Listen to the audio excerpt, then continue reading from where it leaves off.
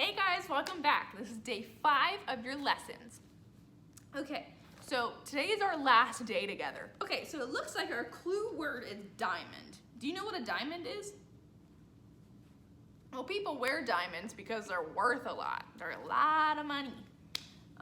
They're very valuable too. God is like a diamond because he's by far the most valuable thing of all in the universe. The entire universe. He is the most valuable thing. He's so much more valuable than rings and diamonds and jewelry and stuff like that. So we're going to be talking about David and Goliath.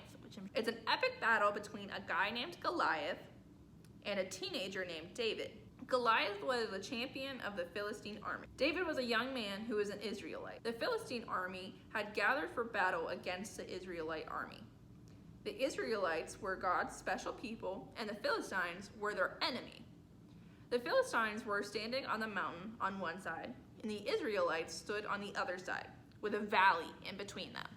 The great champion Goliath came out of the Philistine camp.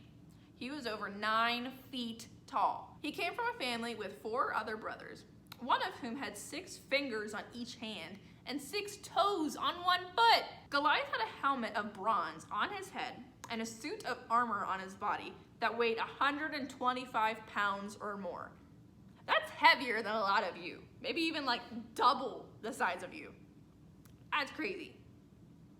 He had a javelin that was the size of a weaver's beam, which is about 13 feet long. That's crazy. And over 30 pounds. That's a lot. That's like the weight of a small dog. That's crazy. Every day for 40 days, Goliath would come between the 2 armies and shout to the Israelite army. He would taunt them and try to get someone to fight him. Goliath wanted the war between the 2 countries to be settled by just himself and one Israelite fighting. If the Israelite killed Goliath, then all the Philistines would be the Israelite servants. But if Goliath killed the one Israelite, then all of the Israelites would have to be the servants of the Philistines. The leader of the Israelite army was King Saul. When he and his army heard that Goliath's idea, they were super afraid. Nobody's willing to fight against Goliath. Now there was an Israelite family whose father was named Jesse. Jesse had 8 boys. The oldest 3 were in the Israelite army. The father, Jesse, asked his youngest son, a teenager named David, to take him some food to his brothers and the other Israelite soldiers. After arriving, he ran to the front lines just as Goliath the giant was coming out with his usual taunt. All the men of Israel ran away when they heard Goliath. David witnessed all of this and asked what was going to be done if the person who fought Goliath. He was upset because he saw that Goliath was mocking the army of the living God. Well, when the Israelites heard that what David was saying, they took him to King Saul. David told Saul he would go and fight Goliath. Saul didn't think David would be able to fight him well because David was only a teenager. David told Saul he had taken care of the sheep and fought off lions and bears and killed them.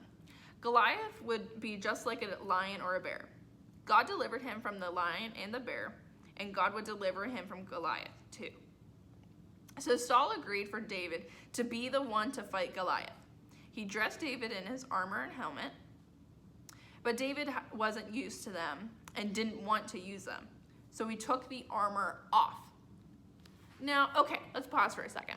So this little teenager, he is brave enough to say that he's gonna fight a guy that is twice his size, if not 3 times his size. Could you imagine that? Fighting someone bigger, so much bigger than you. And someone gives you armor to help protect you, and you take it off. You say you don't want it. That's what David's doing right now. He doesn't want the armor. He trusts God that much that he does not want the armor, and he's gonna go fight this guy and be brave. So that's pretty crazy. So then it was time for David and Goliath to fight. Goliath came out cursing David and saying he was going to give David's flesh to the birds of the air and the beasts of the field. He was trying to scare David. But was David intimidated by Goliath? No. David trusted in God because he knew who God was. God is faithful to his people, and God is stronger than any enemy. David knew he was fighting for the Lord and God's honor. God would give him the strength. He told Goliath that even though Goliath came with a huge spear and sword, David came in the name of the Lord of the army of the Israelites. Not only that, but also David said God would deliver Goliath into his hand, and David would strike him down and cut off his head. He said the battle is the Lord's. That meant the Lord was in control, and David was confident he would win with the Lord's help. Well, Goliath began to come toward David. But David didn't run away. He instead ran quickly toward Goliath, grabbing a stone and putting it in his sling. He slung it like this. He slung it and struck Goliath smack dab in the middle of his forehead. Okay, so David had like this little rock and like a little sling. So if you ever see videos of this and they go like that, and the rock flew and hit Goliath right here. Well, what do you think happened to Goliath? Well, he fell over and died. So David, this little teenager, killed someone that was twice his size because he had the faith and he trusted God it would be with him and protect him. So, with the Lord's help, David won the battle over the Philistines, and all the Israelite army was so glad. Then David took Goliath's sword and cut off his head, just as he said he would, and all the Philistine army ran away. The Israelites had won, and David stood strong in his trust for the Lord. How awesome is that? David showed his trust in God even from his age when he was a teenager. When David knew God is faithful, perfect, powerful, great, good, and caring. David had mighty trust in God because he knew God is a big God. Knowing how great and powerful God is leads to having big trust in our Creator. God wants you to have big trust in Him too. Okay.